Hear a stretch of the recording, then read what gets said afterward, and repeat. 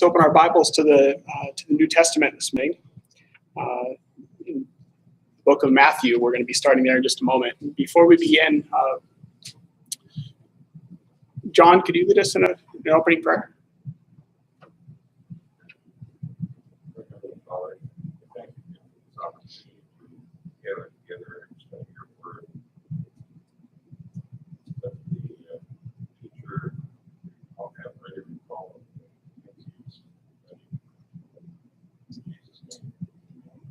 Amen.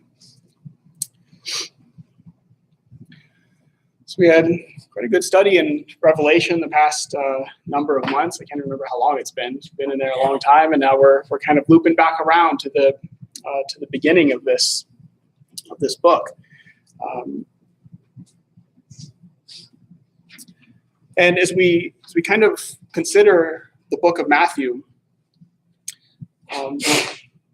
it's always good to consider some things in the basically in the context of a book that we're studying, both in some of the details behind it, who wrote it, that kind of thing, and also some of the subjects that are covered, and maybe the overall theme of the book, or different outlines, kind of looking at how it's broken up.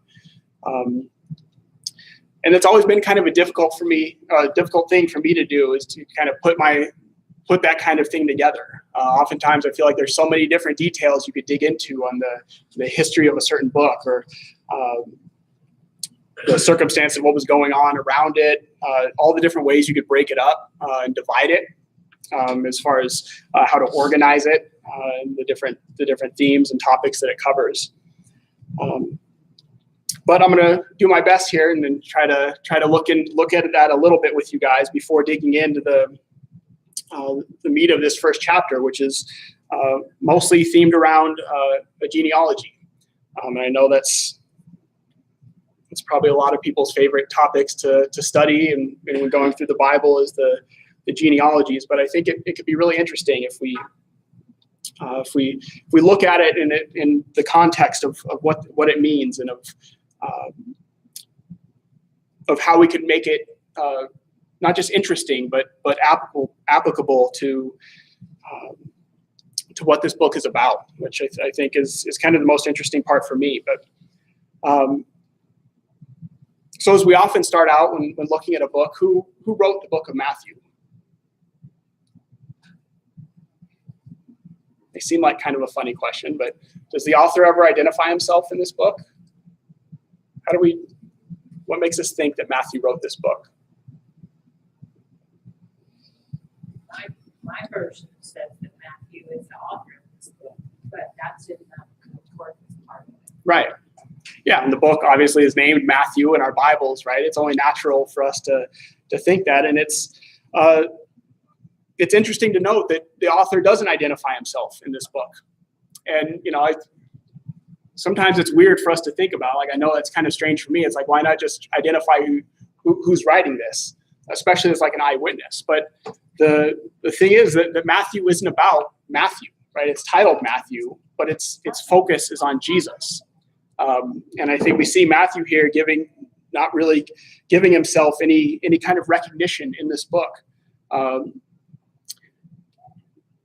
But we know that all the way from the first century, when we look back at writings of the different authors, and even in the first century, that this book is attributed to Matthew. And I think that's why in our Bibles now we have this that is titled Matthew, the Gospel according to Matthew. And it's often, I think it's something that can be fairly trustworthy that he is the author of it, just because of all the references, even very early on, of his authorship. And those who were in the early church recognized it as being his writings. And Matthew also has another name that we read about him being called in the Bible. Do we know what that is? Probably Levi, right? We see that in the other Gospels that refer to Matthew and being one of the 12. We know that Matthew was one of the earliest disciples to join Jesus in his ministry, and we look at verses like Matthew chapter 9.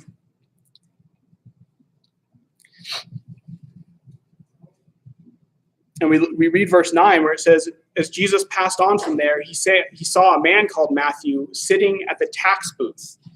And he said to him, "Follow me." And he rose and followed him. We could kind of see his different name being used if we look just in the next book there in Mark. Look at Mark chapter 2 and verse 14. And Carl, could you read that? Mark 2:14. And as he passed by, he saw Levi, the son of Alphaeus, sitting at the receipt of custom, and said unto him, "Follow me." And he arose and followed him. Okay, so we get a little more detail that he also had a name or a surname of Levi. That was also something that he was known by. We see him in the same being the same account where he was sitting in a tax booth. We get a little more detail into who he was. Why did people sit in tax booths? To collect taxes, right? He was a tax collector. That's one thing we know about him. We know that that oftentimes tax collectors, as we've studied a little recently, were looked down on. Tax collectors often had a bad reputation, and rightly so, in many cases. That they were